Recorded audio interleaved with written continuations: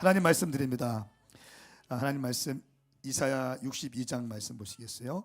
이 62장 말씀은 사실은 이스라엘에 대한 메시지입니다. 1차적으로 해석할 때는 이스라엘로 해석하는 게 맞는데 이스라엘뿐 아니라 저는 오늘 또 교회에 동일한 말씀이라고 믿습니다.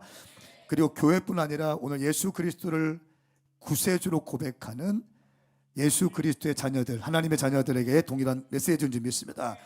말씀을 보면 시온을 위해 내가 잠잠히 있지 않을 것이다. 가만히 있지 않겠다는 거예요. 예루살렘을 위해 내가 쉬지 않을 것이다. 할렐루야.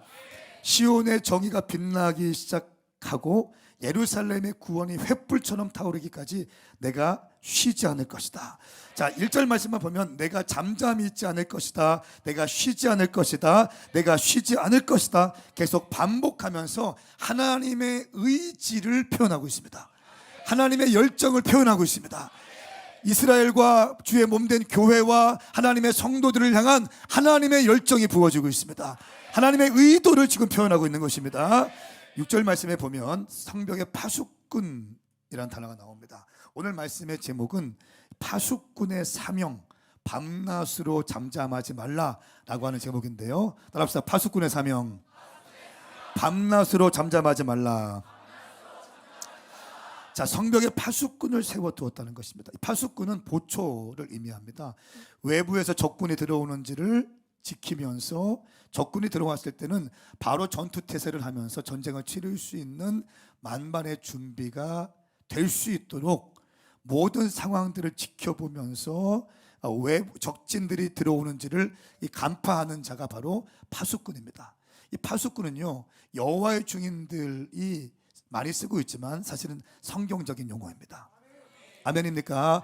이 파수꾼의 가장 중요한 역할이 뭐냐면 성실함이에요.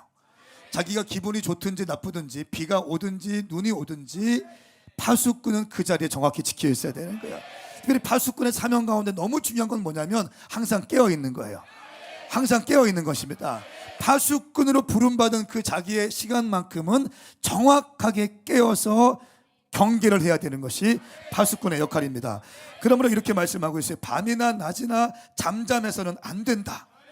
자, 밤이나 낮이나 파수꾼들은 뭐 하는가? 잠잠하지 말고 여호와를 일깨워 드려야 할 너희는 가만히 있지 말라. 자, 가만히 있지 말고 여호와를 일깨워 드리라고 말씀하고 있습니다. 하나님으로 하여금 일깨워 드리는 거예요. 일깨워 드리는 거예요. 그러니까 어떻게 일깨워 드리는가? 하나님의 언약의 말씀을 가지고 이 말씀을 기억나게 해드리는 거예요. 하나님, 주님께서 이렇게 말씀하셨습니다. 이 말씀의 약속을 이행하여 주십시오. 주님, 이 말씀을 선포하셨습니다. 이 말씀을 기억해 주십시오. 우리가 이 약속의 말씀을 붙들고 기도할 때 주님 응답 주실 것을 내가 믿습니다. 일깨워 드리는 거예요. 아멘입니까? 파수꾼은 일깨워내는 자입니다. 여러분, 그러므로 오늘 우리가 기도할 때 종이 연불하듯이 기도하지 마시고 하나님을 일깨워 드리십시다. 여러분의 예언적으로 받은 메시지가 있다면 그 메시지를 주님께 올려드리면서 주님, 이렇게 말씀하셨습니다. 주님, 이렇게 말씀하셨습니다. 주님, 이렇게 말씀하셨습니다. 주님, 일깨워 주십시오. 그리고 이행하여 주십시오. 밤이나 낮이나 잠잠해서는 안 된다. 여호와를 일깨워 드려야 할 너희는 가만히 있지 말고 그분이 예루살렘을 세우시고 세상의 자랑거리가 되게 하실 때까지 여호와께서 쉬시지 못하도록 해야 된다. 사랑하는 여러분, 더 이상 여러분이 빼앗기지 않도록, 더 이상 원수들이 빼앗아가지 않도록 주님 오늘 밤에 기도하기를 축복합니다.